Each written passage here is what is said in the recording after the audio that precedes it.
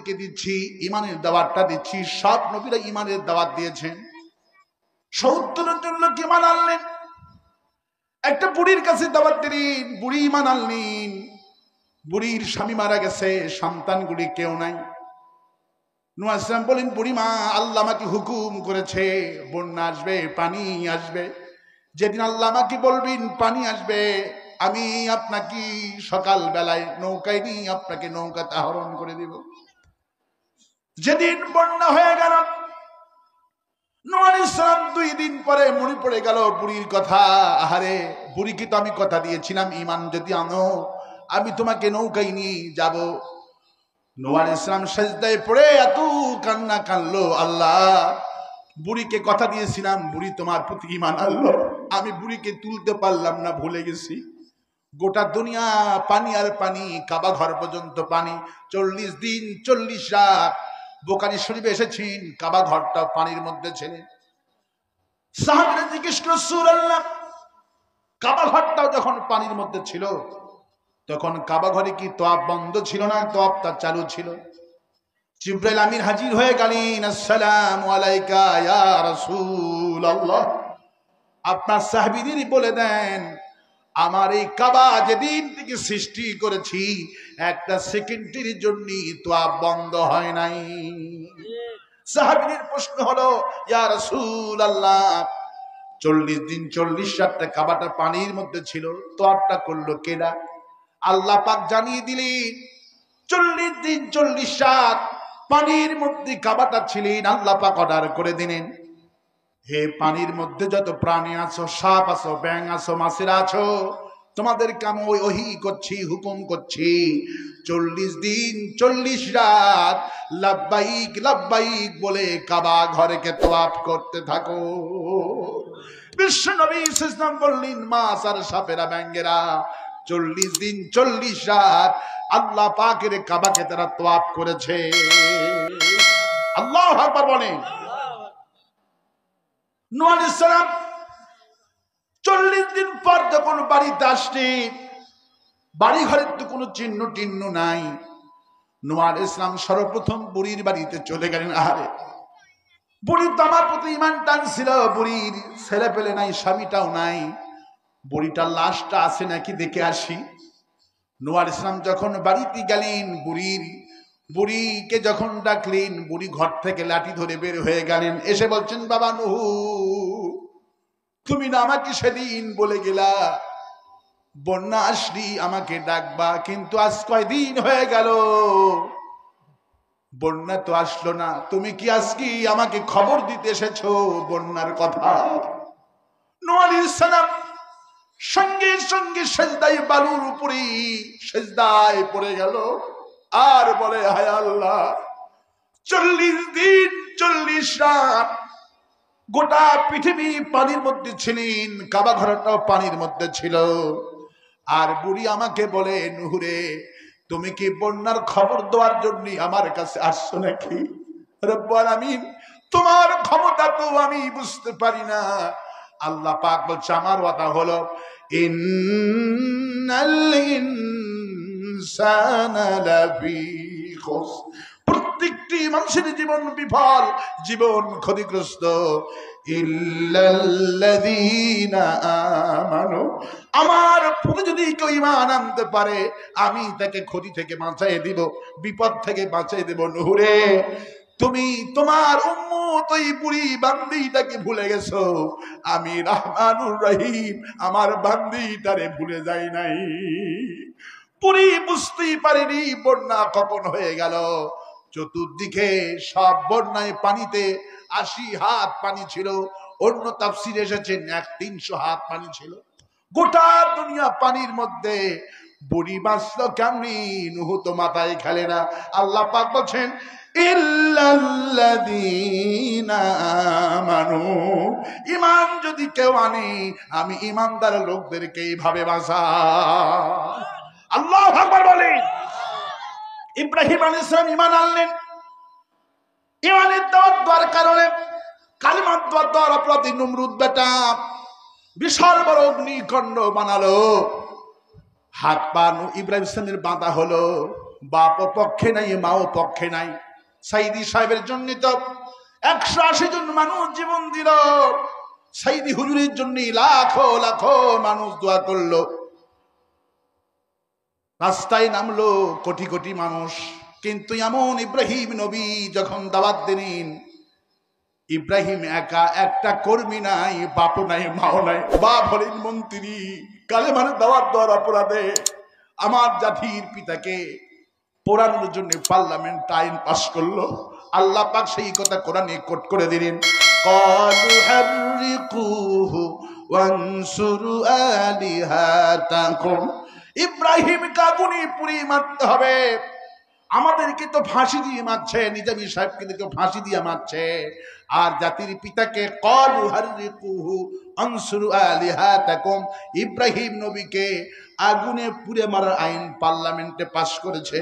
আমি যখন এই তাফসীরটুকুন পড়ি তখন আমার মন বলে, আল্লাহ পাক এই জন্যই কথাটা কোরআনে কোট করে দিলেন, তোমাদের আব্দুল কাদের মোল্লাকে যেইভাবে ফাঁসি আইন পার্লামেন্টে পাস করেছে, আজ থেকে 5000 বছর আগে হাসিনার উত্তরসূরি পূর্বপুরুষ নমরুদ, ওরাও পার্লামেন্টে নবীর বিরুদ্ধে আইন পাস করেছিল। একই চরিত্র এদের, একই চরিত্র। নমরুদ যেভাবে পার্লামেন্ট আইন পাস করে ইব্রাহিম নবীকে পুরা, এ ভাই কি দেখেন, বসেন, সার্কাস দেখতে যাচ্ছেন, হয় বসবেন না হয় চলে যান, সার্কাসের জায়গায় এটা না। এই হয় বসেন না হয় চলে যান, যান, সার্কাস করতে আসে। একবার যায় আবার এখানে এসে সাইজ করে, এটা সার্কাসের জায়গা নয়, ঠিক কিনা বলে? 2 বার গেল, 2 বার এসে দাঁড়ায় রয়েছে। এগুলো লোকের জন্য মাহফিলের সমস্যা হয়। আপনার কি মন খারাপ করেছেন? অনেক যুবক, আজকে এখানকার যুবক বলে ধন্যবাদ দিচ্ছি, যারা রাস্তায় থেকে এসে ভেতরে বসে গেছে, সুবহানাল্লাহ বলে।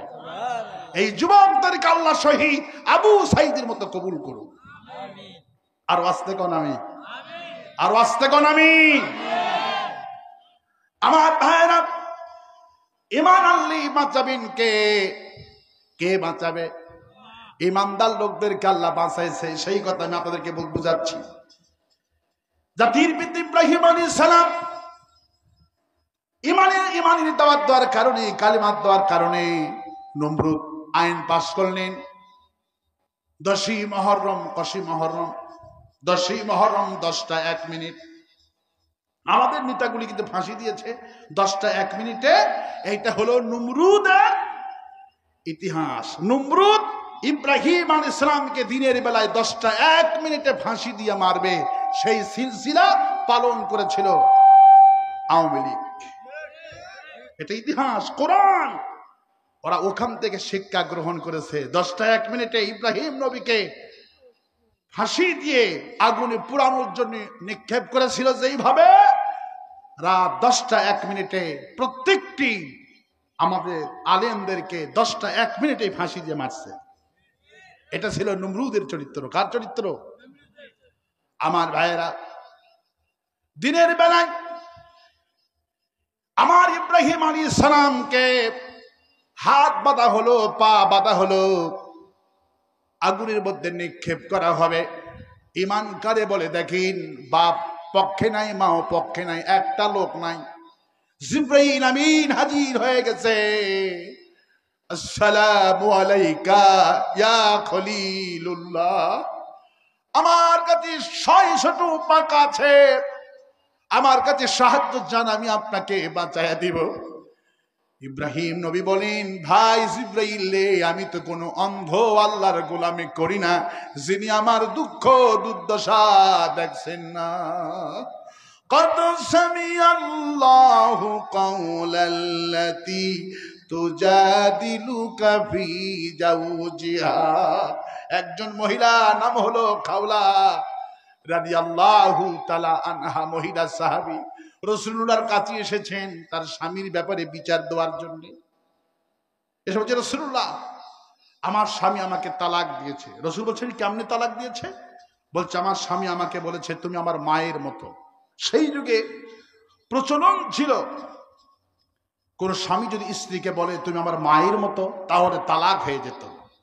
খাওলা বলে রাসূলুল্লাহ, হে আমার স্বামী আমাকে এই বলেছে, তালাক দিয়েছে, আমি এখন কি করব? তার কাছে যাব না, আমি আবার অন্য জায়গায় যাব?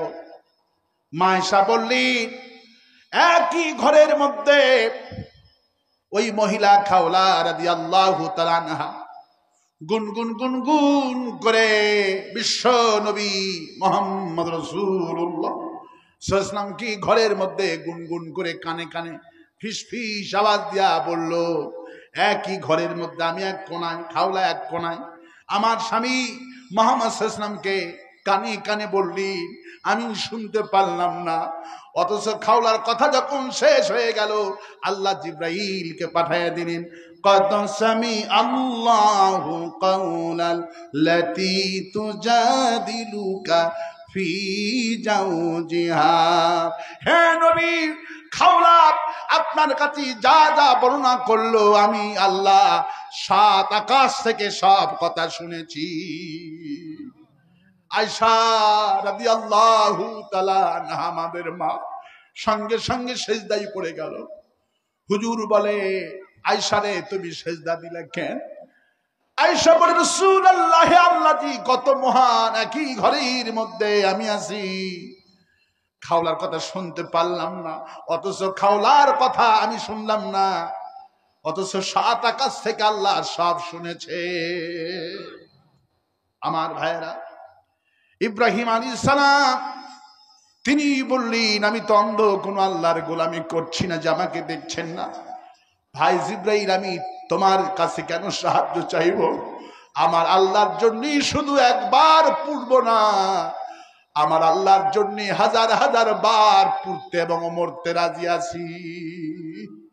জালিমের আমার ইব্রাহিম নবী হাত বাদলিন, পা বাদলিন, কি নির্মম ইতিহাস, কি নির্মম কাহিনী। ফেরেশতারা কান্দে, আকাশ জমিনের পশু পাখিরা কান্দে। আগুন জ্বলছে, 3 কিলোমিটার বেগে আগুন জ্বলছে। ওদের কায়দাটি কি দিয়ে ইব্রাহিম আলাইহিস সালামকে আগুনের মধ্যে জোরে নিক্ষেপ করে দিলেন। চতুর্দিকে মন্ত্রীগুলি হাতে তালি মারতেছেন, এই তো পোড়া হয়ে গেল, আমাদের দুশমন মরে গেল, আমাদের ক্ষমতায় আর কেউ বাধা দিবে না, 100 বছর ক্ষমতায় থাকবো, আর কেউ আমাদের পথের কাঁটাটা থাকলো না। যখন ইব্রাহিম নবীকে আগুনের মধ্যে ফেলানো হলো, জ্বলন্ত আগুন, চতুর্দিকে নেতারা বসে আছেন, নেতাদের চোখের সামনে আল্লাহ পাক ওহী নাজিল করে দিলেন, কুল্লা ইয়া নারু কুনি বারদাও ওয়া সালামান আলা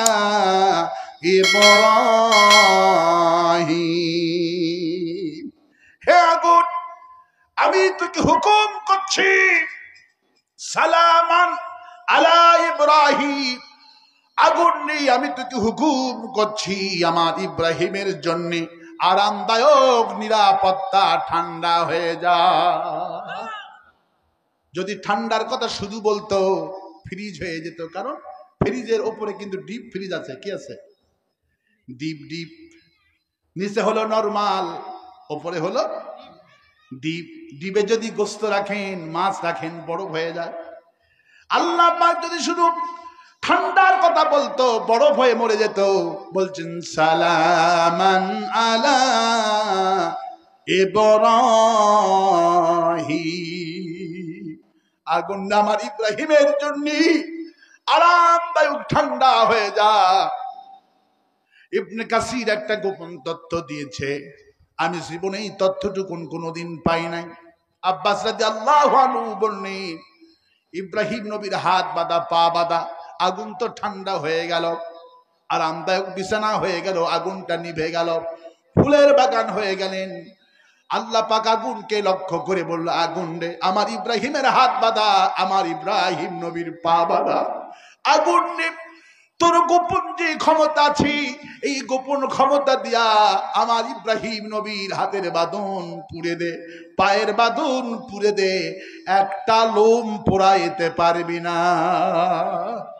আগুন তার গোপন শক্তি দিয়ে হাতের বাঁধন পুড়ে দিলেন, পায়ের বাঁধন পুড়ে দিলেন, এক গাছা লোম পুড়ল না। ইল্লাল্লাযীনা আমানু, ঈমানদারকে আল্লাহ পাক এইভাবে বাঁচায়। বিশ্বকবি, কবি সম্রাট আল্লামা ইকবাল বলেন, আজ ভি হম जो इब्राहिम का इमाम पैदा, आज भी हम जो इब्राहिम का इमाम पैदा, कर सकती है एक अंदाज़े गुलिस्ता पैदा। ইব্রাহিমের ঈমান যদি আজও থাকে, ঈমান যদি থাকে কারো মধ্যে মা অগ্নিকাণ্ডকে আল্লাহ ফুলের বাগান বানাইতে পারে। ইমানদার লোকদের কোনো ভয় নাই। ইমানদার লোকেরা, আল্লাহ পাক সেই কথা বলছেন, তোমাদের জীবন বিফল, জীবন ক্ষতিগ্রস্ত। চারটি কাজ যদি করো জীবনটা সফল হয়ে যাবে। প্রথম ফর্মুলাই হলো আল্লাহর প্রতি ঈমান আনতে হবে। ঈমান যদি আনতে পারো, ক্ষতি থেকে বাঁচাবেন কে? কে বাঁচায় দিবে? আমাদের যে ক্ষতিটা ছিল 16 বছরের ক্ষতি, আল্লাহ পাক 5 তারিখে গোটা জাতিকে আল্লাহ ক্ষতি থেকে বাঁচাইছে আমাদের ঈমানের কারণে। ভয় পাওয়ার কোনো কারণ নাই, হতাশ হওয়ার কোনো কারণ নাই। এই যে দেশে বিজয় ফিরে আসলো, আমরা যে স্বাধীনভাবে তাফসীর মাহফিল করতেছি, থানায় যাওয়া লাগে না, নেতার নাম দেওয়া লাগে না, ডিসি অফিসে যাওয়া লাগে না। কত তামাশা করেছে। قال رسول الله صلى الله عليه وسلم ان الله يرفع بهذا الكتاب, নবীজি বলছেন কোন দলের যদি পতন হয় সেটা হলো কোরআনের জন্য, আর কোন দলের যদি সুনাম হয় সেটাও হলো কোরআনে কারীমের জন্য। একটা লোকের সুনাম হবে কোরআনের জন্য, আর একটা দলের পতন হবে কোরআনের জন্য। এদের যে পতন হয়েছে মূল কারণ ছিল কোরআন। মূল কারণ ছিল কি? মূল কারণ ছিল কোরআন। কোরআন হলো জীবনের দুশ্মন। কোরআন আছে যেখানে ওদের চুলকানি সেখানে। ঠিক কিনা বলে? আমার ভাইয়েরা, ভয় পাওয়ার কোনো কারণ নাই, হতাশ হওয়ার কোনো কারণ নাই। আল্লাহ পাক বলছেন ঈমান আনো। ঈমানটা আনতে হবে, ফাঁকিবাজি ঈমান আনলে হবে না। ঈমান আনতে হবে অরিজিনাল ঈমান। কি ঈমান আনতে হবে? ফাঁকিবাজি ঈমান। ফাঁকিবাজ ঈমানদাররাই আজকে সমাজে বেশি। ফাঁকিবাজি ঈমান, ফাঁকিবাজি ঈমানের ঈমানদার চিনবেন কেমনে যেটা ফাঁকিবাজি না? আল্লাহ পাক বল চিনাচ্ছেন। কে চিনাচ্ছে? এরা হলো ফাঁকিবাজি ঈমানদার। এরা কোরআন ঈমান কি, এরা জীবনকে 2 ভাগ করেছে। এরা হলো ফাঁকিবাজি ঈমানদার। কোরআন দিয়ে জীবন, কোরআন দিয়ে নামাজ পড়ে, কোরআন দিয়ে হজ করে, কোরআন দিয়ে যাকাতটা দেয়, কিন্তু কোরআন দিয়ে চুরি করলে হাত কাটতে হবে, এই ঈমানে বিশ্বাসী নয়। চুরি করলে হাত কাটতে হবে, সুদের ব্যবসা চলবে না, ঘুষ বাণিজ্য চলবে না, সাদাবাজি চলবে না। তখন এই লোকেরা যারা নামাজ পড়ে 5 ওয়াক্ত, যখন সুদের বিরুদ্ধে কথা বলবেন তখন এই পাক্কা নামাজিরাই আপনার বিরুদ্ধে দাঁড়ায় যায়। ঠিক কিনা? এরা হলো ফাঁকিবাজ ঈমানদার। কি বাস? ফাঁকিবাজ ঈমানদার। আজকে ফাঁকিবাজ ঈমানদারের সংখ্যায় এই সমাজে বেশি না কম? তাফসীর মাহফিল করবেন, বাধা। ঠিক কিনা বলেন? এই মাহফিল, এই গ্রামের সব লোক কিন্তু 100% সহযোগিতা করেনি। কিছু লোক আছে মাহফিল যেন না হয় এই জন্য গোপনে গোপনে টুপি পরে মসজিদের মধ্যে মিটিং করে।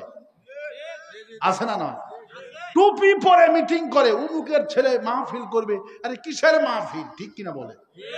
কিসের মাহফিল? আল্লাহ পাক এই জন্য বলছেন, আমিনান নাসিব মান ইয়াকুলু আমান্না বিল্লাহি ওয়া বিল ইয়াউমিল আখির ওয়া মা হুম বিমুমিনিন। মানুষের মধ্যে কিছু লোক আছে, সব লোক না, কিছু লোক আছে আপনার কাছে এসে ঈমানের কথা বলে, কোরআন শরীফ খতমের কথা শোনায়, কিন্তু ওদেরকে বলেন কোরআন শরীফ খতম করলে ইমানদার হওয়া যাবে না, কারণ কোরআন খতম করলে জান্নাতে হবে না, আর আপনাকে ভালোবাসলেই জান্নাতে হবে না। ওদেরকে শুনিয়ে দেন বিমা উনজিলা ইলাইকা ওয়া মা উনজিলা মিন কাবলিক, আমি আপনার প্রতি যে কোরআন শরীফ নাজিল করেছি, ওরা কোরআন দিয়ে নামাজ পড়ে, ফাঁকিবাজ ইমানদার যারা ওরা কোরআন দিয়ে নামাজ পড়ে। নারায়ণগঞ্জের শামীম ওসমান বলল আমি 70 থেকে 80 টাকা কি করে, কেউ শুনি না মনে হয় তাহাজ্জুদ। হ্যাঁ, এই তো একটা মাল আছে সামনে, আমি শুধু একাই বললে তো লোকেরা বলবো হুজুর মনে হয় বায়না করছে। নারায়ণগঞ্জের শামীম ওসমান বলতে 70 থেকে 80 টাকা